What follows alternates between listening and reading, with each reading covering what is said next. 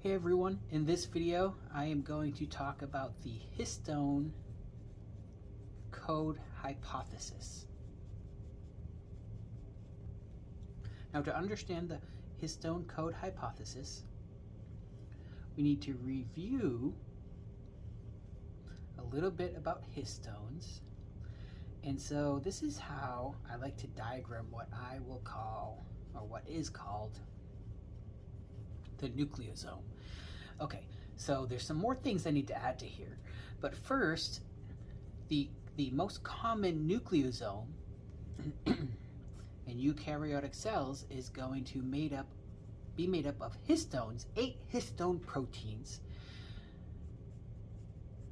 2 H2A subunits, so that's histone 2A, 2 histone 2B, 2 histone 3, and 2 histone 4s. So these are proteins, histone proteins of different types, and there are going to be 2 of each of these inside the nucleosome. And this is typically diagrammed like this. So here's histone 2A, and behind it there's another copy of histone 2A, and the histones are usually drawn like these little circular type particles. So histone 2B, and there's a histone 2B behind it. Histone 3, there's another histone 3 behind that, and histone 4, and there's another histone 4 behind that. So we have the 8 histone proteins here, and these histones, what will happen is DNA will wrap around them. 146 base pairs of DNA wraps around these 8 histones, and that's the nucleosome. Technically, the nucleosome is considered to be, let's see, this is another nucleosome down here, is considered to be this part right here and the linker DNA. So traditionally, this would be called, the 146 base pairs of DNA and the 8 histones would be called the nucleosomal core particle. And together, this plus the linker DNA would be called the nucleosome. But we're just going to refer to the core particle as the nucleosome and not worry too much about this linker DNA. And what is linker DNA? So that is just the DNA that's found between 2 nucleosomes. Now, here's this term that you've probably seen several times, chromatin. So in eukaryotic cells, DNA exists as chromatin. It's associated with proteins. So this is chromatin. This is the DNA. This is a strand of DNA. It's associated with proteins. What proteins? It's associated with histone proteins, and that's what chromatin is. So essentially DNA plus histones. So now, what is the histone code hypothesis? Well, if we were to look at each of these histones here more closely, what we would see is that they each have this tail particle. So the tail is just a chain of amino acids, right? Proteins are just chains of amino acids. And so each histone has what is called a tail. Now, proteins have N-terminal ends and C-terminal ends. The N-terminal end is found at the beginning of the protein. So, okay, here's a chain of amino acids. Now, one end of this chain is going to be the N-terminal end, or the N-terminus. And the other end is the C-terminus. Now, N is for amino terminus, C is for carboxyl or carboxy terminus. And it has to do with the structure of amino acids. So it's somewhat similar to the 5' end of a DNA molecule and the 3' end, right? So we go from 5' to 3' with the DNA, but we go from N-terminal end to N-terminal end to C-terminal end with proteins. Now, I like to think of the N-terminal end as the front of the protein, and why? So if this is a ribosome, and the ribosome is synthesizing a protein, and it's reading messenger RNA, right? And these are the first 4 amino acids that were added to the protein. Well, this is the first one that was added, the second one, the third one, and the fourth one. And as it's moving down the messenger RNA, the amino acids are coming out. Well, the N terminus comes out first. So I like to think of that as the front of the protein. Now with these tails, normally we think like tails being at the back of the thing that has the tail. Excuse me. But turns out it's the N terminus that sticks out, that juts out of the histones. And so it's actually, even though we call these the tails, it's the N terminus of these histone proteins that jut out away from the nucleosome. Now, okay, what is the circle then? So essentially what's happening is the protein is folding up. It's folding up. We have the tail, the N-terminal end, and it's just folding up into its normal structure. And we have this flexible tail and the globular part of the protein, which kind of sticks in and rests inside the nucleosome. It forms part of the main nucleosomal structure. Now, these tails are flexible and they're thought to interact with things, other proteins that regulate, say, transcription and the compaction of the chromatin. So they can interact with lots of different things. There are models that suggest they interact with the DNA in such a way that will lead to either chromatin, euchromatin, or heterochromatin formation. So these tails seem to be very important, and the way they interact with other proteins and DNA seems to have a lot to do with their post-translational modifications. So think of that term for a second, post-translational. Okay, so proteins are made by translation. So post-translational modification is saying that the amino acids that form part of the protein structure are being modified. They're being modified by, say, other enzymes, or modified by enzymes. And let's take a look at what some of those modifications can be. So I'm going to cheat a little bit. What I'm going to do is, let's say this is histone 3. I'm just going to focus in on the histone 3 tail and look at some of the amino acids in that tail. And so we can see, get an idea of how they are modified. Okay, so here's the histone 3 tail. I think there are something like maybe 40 amino acids listed here, and I'm using the single letter codes here.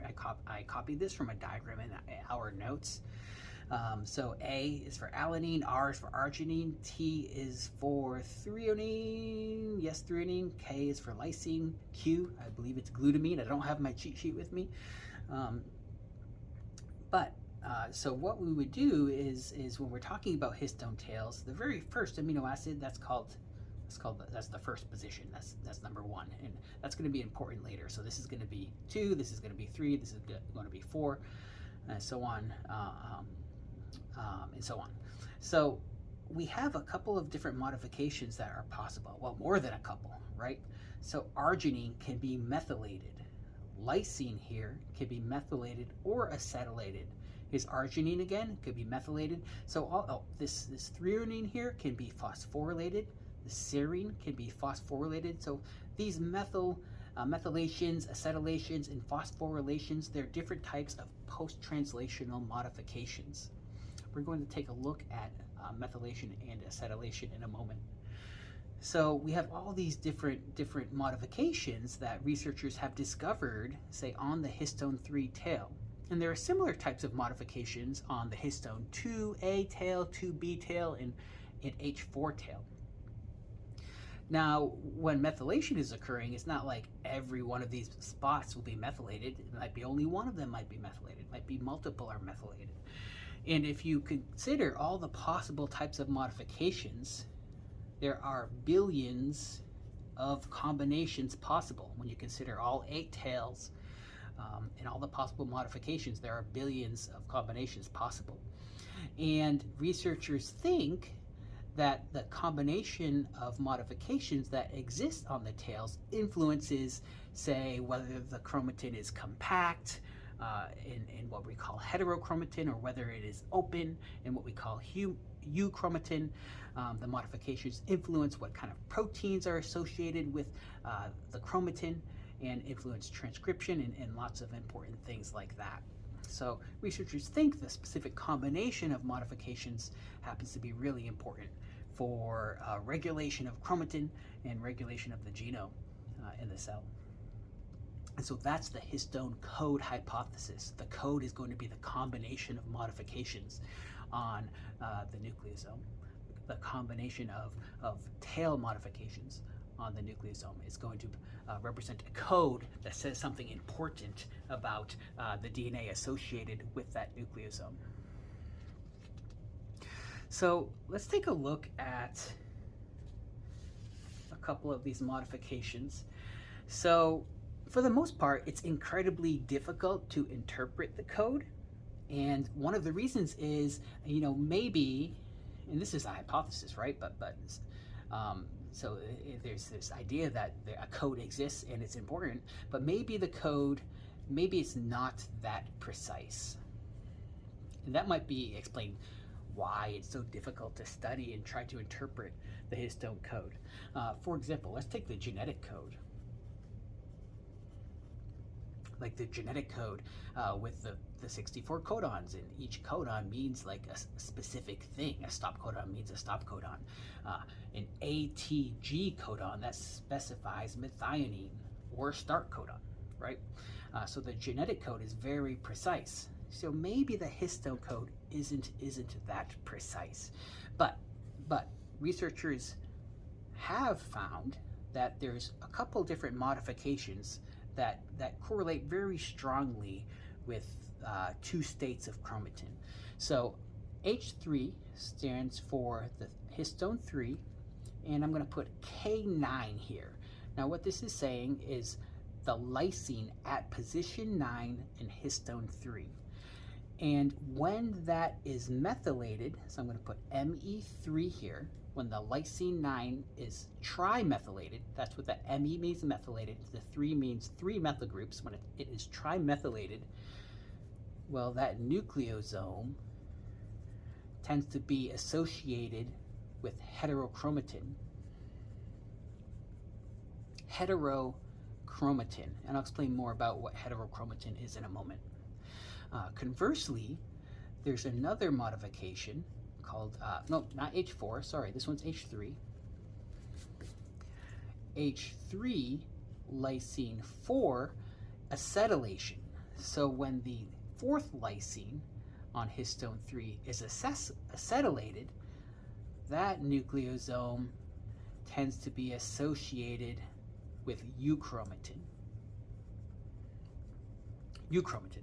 Okay, so let's go back to that figure. So what do we mean by lysine 9 and lysine 4? Well, if these are well-known modifications, then there better be a lysine at the 9th position of histone 3, and there better be a lysine at the 4th position of histone 3. And so, like I said before, this diagram represents the amino acids in the histone 3 tail. So there should be a lysine at position 4 and 9. 1, 2, 3, 4. Oh, there it is. The lysine at position 4. And it can be methylated or acetylated. And what we said, there's a strong correlation to an acetylation modification of this lysine when nucleosomes are found in euchromatin. Now, the other one, what was the other one? Lysine 9. 1, 2, 3, 4, 5, 6, 7, 8, 9. 9, lysine. So it's kind of funny that K stands for lysine. But, okay, here's the lysine 9. It can be acetylated or methylated, and our hypothesis here is that when it is not only methylated, but trimethylated, that the nucleosome that has this trimethylated lysine 9 will most likely be found in heterochromatin. Okay, so what are, before we talk just a little bit about euchromatin and heterochromatin, I just want to I know not everyone in the course has had organic chemistry. I think most of us have, but let's just look a little bit at the structure of lysine and what do we mean by trimethylation or acetylation. So here's H3K9 methyl 3, so trimethylated H3K9, and I'm going to put H3K4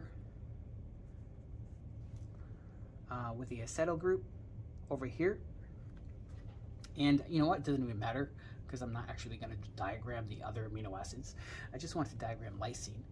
So the lysine structure is going to look something like this. So if this is a lysine, we're going to have nitrogen here.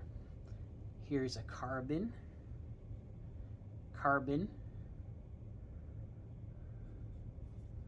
oxygen there, and then that's going to go to the next amino acid. So we're going to have a carbon here. So this is the main chain of the amino acid here. Carbon here, carbon here, carbon, and nitrogen. So lysine's got a somewhat complex structure. I like glycine, right, where you just have a hydrogen attached to that carbon there, and that's my favorite one. Or alanine, where there's just a methyl group attached here. Those are my favorite amino acids. But lysine, it's kind of complicated, and it looks something like this. There's a positive charge up there. Now, the trimethylated lysine, to get that, what happens is we're essentially replacing these hydrogens with methyl groups, and those look like this. Just a carbon with 3 hydrogens. Okay, replace one of these with a methyl group, we get a monomethylated lysine. Replace another one of the hydrogens with the methyl group, we get a dimethylated lysine. Replace another hydrogen with a methyl group, and you guessed it, trimethylated lysine. Okay, so if we replace all of these hydrogens with a methyl group, and it's the 9th lysine on histone 3, we can be fairly confident that that nucleosome is going to be associated with heterochromatin. Now, what does acetylation mean? Essentially, acetylation means replacing, getting rid of all those methyl groups and then replacing one of the hydrogens with an acetyl group. Now again, not all of us have had organic chemistry, but what this means is, what does an acetyl group look like?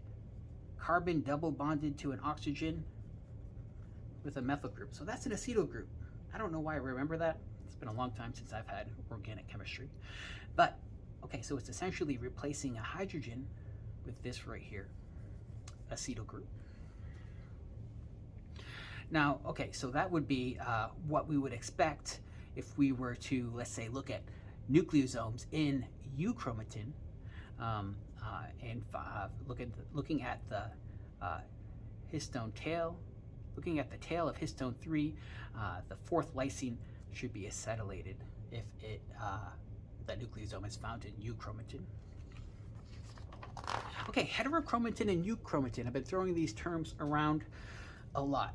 So when we say euchromatin, what we think is that the chromatin looks sort of like this. So I'm going to put 3 nucleosomes in here, and I'm going to put a lot of linker DNA in between them. And it's been taught like this for decades now, that euchromatin is thought to be sort of this open form of chromatin, where you have long segments of linker DNA in between the nucleosomal core particles, and DNA binding proteins are free to, interact with this linker DNA. And okay, so here is RNA polymerase 2. And of course, as we'll see later on in the course, in order for RNA polymerase 2 to initiate transcription, we're going to have to have the general transcription factors binding to the DNA and recruiting RNA polymerase II, and then it's going to push these nucleosomes out of the way, or something's going to have to push these out of the way in order for transcription to occur. But all this is possible when the DNA is in this, it's thought to be possible, when the DNA is in this euchromatic state. So it's open, and these DNA binding proteins can interact with the DNA. And if we were to look at the modifications of the histone tails on these nucleosomes, well, you know, we learned about one, right, that should be associated with euchromatin. We should see that the fourth lysine on the histone 3 tail should be acetylated in each of these nucleosomes. So that's what we, if we were in Vegas, that's what we would put our money on. This is euchromatin. Well, that histone 3 is acetylated at the fourth lysine. So at the lysine, at the fourth position, I should say. Okay, now what if some other proteins come through here, and it's their job to make sure that, you know, any DNA that, you know, is euchromatic should be euchromatic, should be in the euchromatic state. Well, what if this DNA shouldn't be in the euchromatic state? Well, then there might be enzymes that would remove this acetylation mark here, and other enzymes that would then methylate H3K9.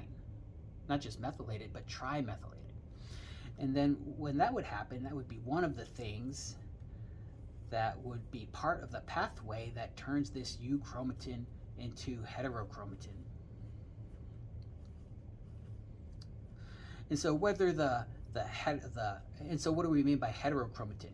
So see how I am drawing these, or diagramming these nucleosomes close together. So heterochromatin is thought to be this sort of compact chromatin, where it's really hard for proteins and DNA binding proteins to interact with the DNA. And so it's thought to be transcriptionally silent, and you know, you could probably see why. It's like, well, the general transcription factors whose job it would be to, you know, bind to a promoter and recruit RNA polymerase II to initiate transcription, well, they can't find their binding sequences, right? They can't bind to the DNA because the sequences are hidden within this heterochromatin, or the heterochromatic state of DNA. Can't find the binding sites. So heterochromatin is thought to be usually transcriptionally silent. Again, if we're in Vegas, we're thinking, if these are the histone 3 tails over here, we're thinking that histone 3, the 9th lysine, should be trimethylated.